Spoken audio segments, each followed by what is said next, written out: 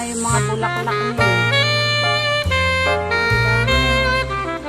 Magiging ganyan pala puno niya, oh, pag matanda na. Ang dami niyang bulaklak. Sobra, higit sa bulaklak. Ganun pala yung puno niya pag maliit pala. Pag malaki na yun.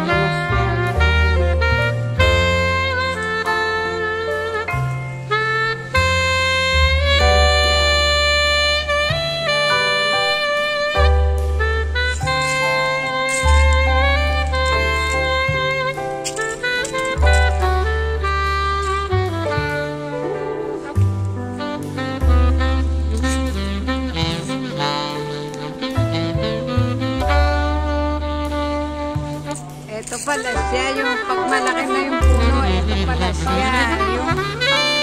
Yung maraming bulaklak ko. Pag maliit pa pala, ganun pala puno niya.